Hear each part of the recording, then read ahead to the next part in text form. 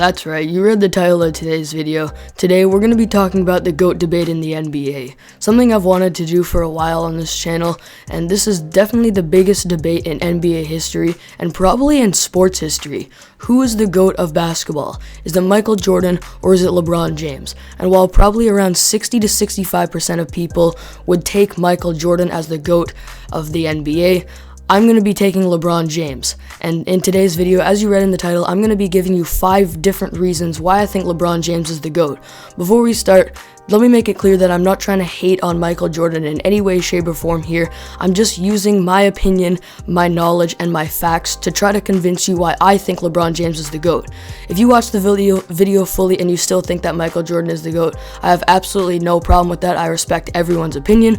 I just ask that you respect mine in return. We all had different opinions about the NBA, and today I'm going to be giving mine on why I think LeBron James is the GOAT.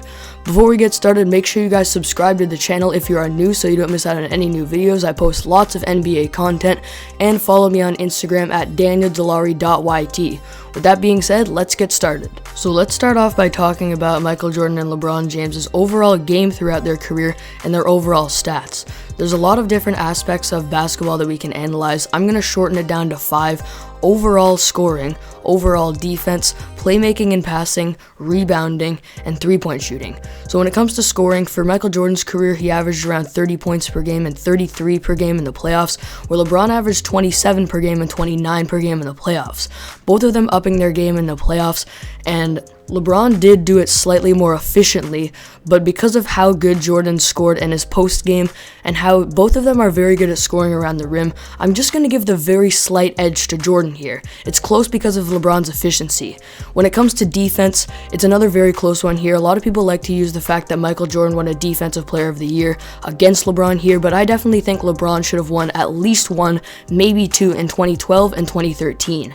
And then Jordan made 9 all-defensive first teams to LeBron James's 5. It's a very close comparison here. I'm again going to give the very slight edge to Jordan, but both scoring and defense is very close. When it comes to playmaking and passing, for LeBron James's career, he's averaged around 7.5 assists and 7 in the playoffs, where Jordan has consistently averaged around 5 for his career.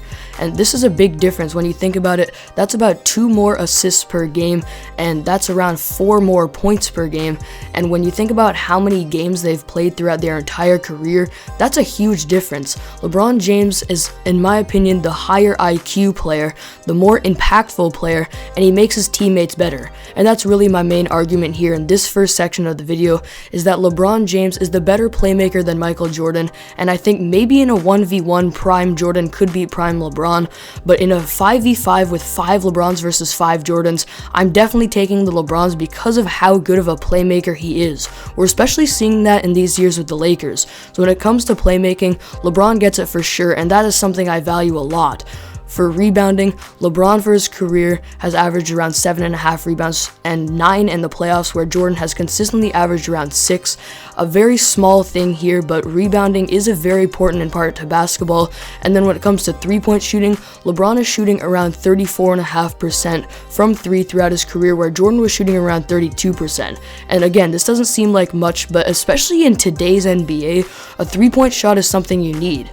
And this leads me into my second point of the video, about what different era was more difficult to play in. This is the part of the LeBron James versus Michael Jordan debate, which is the most interesting, the part that kind of makes or breaks your argument, and a part that people have very different opinions on and are very passionate about. But in my opinion, LeBron's era was a lot harder to win in and to play in than Jordan's era, and here's why. First of all, I just think that the overall talent from players is a little bit higher. If you were to take a top 10 player from Jordan's era and put them in LeBron's era, I don't think they would be a top 10 player because of all the great players we have in the league today. Another one is analytics. LeBron has so much more analytics in his era, and he has so many different defenses thrown at him night in and night out because of how teams have the ability to know what he does on the court and analyze it to the point where they can come up with a certain defensive system to stop him and give him different looks. There wasn't as much of that in Jordan's era, but the biggest one here is how in this era of the NBA, there are so many more super teams, and I think that the teams that LeBron has faced in the finals are a lot harder than Jordan's. And people have different opinions on this, but here's my viewpoint on it. Let's look at the teams that Jordan has faced in the finals. We have the 1991 Los Angeles Lakers, who basically had an older Magic Johnson and no one else. The 1992 Portland Trailblazers, who had Clyde Drexler and no other superstars. The 1993 Phoenix Suns, who had Kevin Johnson and MVP Charles Barkley, but not a very good supporting cast, not enough to beat the Bulls. We have the 1996 Supersonics, who had Gary Payton and Shawn Kemp, not much else after that. And then we have the 1997 and 98 Utah Jazz, who are pretty good, but again, only have 2 superstars. We look at these teams and we see 1 or 2 stars/superstars on these teams. We look at the teams that LeBron's face. We have the Spurs dynasty with Tim Duncan, Tony Parker, Manu Ginobili, and even Kawhi Leonard in 2014 and 2013. That team is a dynasty and should definitely be considered a super team, a tougher team to face than any of the teams that Jordan faced. We look at a team like the 2011 Dallas Mavericks, who not a lot of people think were great, but they did sweep that Spurs team, had Dirk Nowitzki and Jason Kidd on the team. We look at the 2012 Thunder, who had, again, 3 stars or superstars in Kevin Durant, Russell Westbrook, and James Harden, another team that should be considered a super team that LeBron faced in the finals and beat. And then we look at the Warriors dynasty, who obviously Jordan never faced a team like this. Kevin Durant, Steph Curry, 2 arguably top 15 players of all time, along with one of the greatest shooters of all time in Klay Thompson, and one of the greatest defenders of all time in Draymond Green. You've got 4 stars on this team. Jordan never faced a team like this, and I think, in my opinion, if you were to put Jordan in LeBron's shoes, he's probably not winning 4 championships with all the super teams that he has to go against. And then if you put LeBron in Jordan's era, I think he gets to 6 championships just like Jordan did. In my opinion, the 2010s era was harder than Jordan's era, and it's mainly because of how LeBron had to face super teams throughout his career. For my third argument here, it's mainly going to be countering a certain argument that people that think Jordan is the GOAT would use in this argument.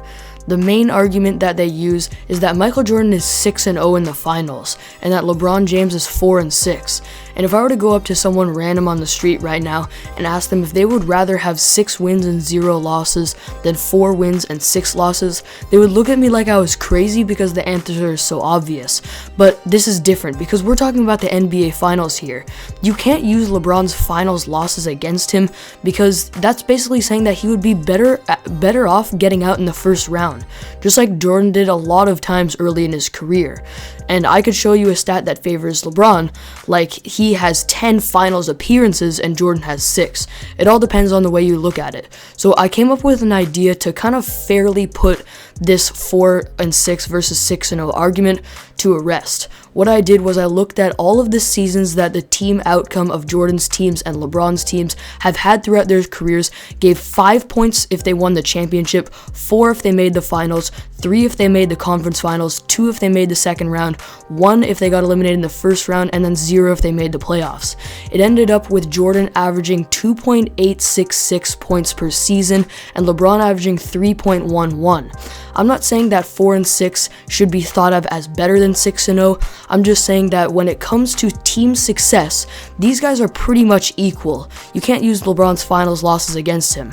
You're basically saying that he's better off being 4-0 in the finals than 4-6, which means that he would have gotten out before the finals. So when it comes to the 6-0 versus 4-6 record, really when you think about it, both records in terms of team success are pretty much equal. I know that Jordan has won 6 championships to LeBron's 4, but LeBron has made the finals 10 times to Jordan's 6. It all depends on the way you look at it. Plus, LeBron's career isn't over and he still technically can get to 6 championships. My main argument here is that the 4-6 versus 6-0 argument is not as valid as it seems. My fourth argument is going to be about LeBron's impact and how it was better than Jordan's ever was. So when LeBron left his teams throughout his career, they had a huge drop-off. And let's look at some examples here. When he left the Cleveland Cavaliers in 2010, they went from being a 61-21 team who made the NBA Finals in 2007 to a 19-63 team. A huge drop off there. And then in 2014, when he left the Miami Heat, they went from being a 54-28 team that made the finals in 2014 and won the championship in 2013 with a 66-16 record to a team that missed the playoffs with a 37-45 record. And that was after they made improvements to their team after LeBron left. And then my favorite one, in 2018, the Cleveland Cavaliers were a horrible team, but LeBron James still took them to the finals, and they had a 50-32 record in the regular season.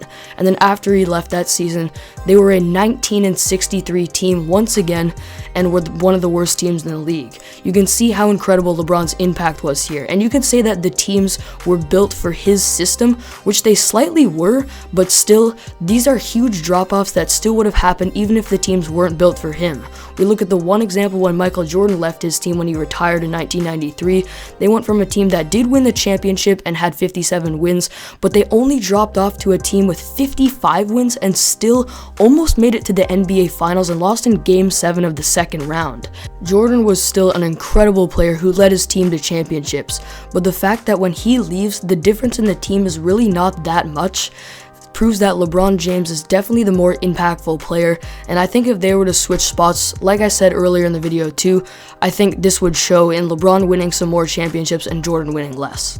Moving on to my last argument of the video, which is about some of the teammates that these players have played with throughout their careers. What is the GOAT debate without bringing in Scottie Pippen to it? You've always got to have Scottie Pippen in the GOAT debate, and the fact that Michael Jordan played with him throughout his entire career, and when they won championships was when Scottie was in his prime. We know that Scottie Pippen is a Hall of Fame player, and he was there for Jordan throughout his entire career. And a lot of LeBron haters like to say that, well, LeBron played with tons of Hall of Fame type of players like Dwayne Wade, Chris Bosh, Kyrie Irving, and Anthony Davis. But the thing is LeBron only played with these players for a few years in his career. He never has had that Scottie Pippen who's been there as a Hall of Fame type of player with him throughout his entire career. There was years like 2007 and 2018 where LeBron had absolutely no stars alongside him and still led his team all the way to the NBA Finals. This is something that not only do I think Jordan couldn't do, but I know Jordan couldn't do. Because in 1984 to 1990, when either he didn't have Scottie Pippen with him or Scottie Pippen wasn't in his prime yet, he never made the NBA Finals, and most of the time even got eliminated in the first round. So when it comes to teammates, the argument that LeBron James has played with tons of all-star caliber players throughout his career is slightly invalid because he's had years where he's done it without anyone. I can only imagine if LeBron James had a player like Anthony Davis throughout his entire career, I think he would win a lot more than 4 championships. If he had his Scottie Pippen type of player like AD throughout his entire career, I think this would be a different story. So there you have it. That is the end of today's video. Those are the 5 reasons why I think LeBron James is the GOAT over Michael Jordan. And as you can tell, this is a topic that I am very passionate about and probably the biggest debate in the NBA, and a thing that a lot of people are going to disagree with me on. Just remember that, again, this is my personal opinion.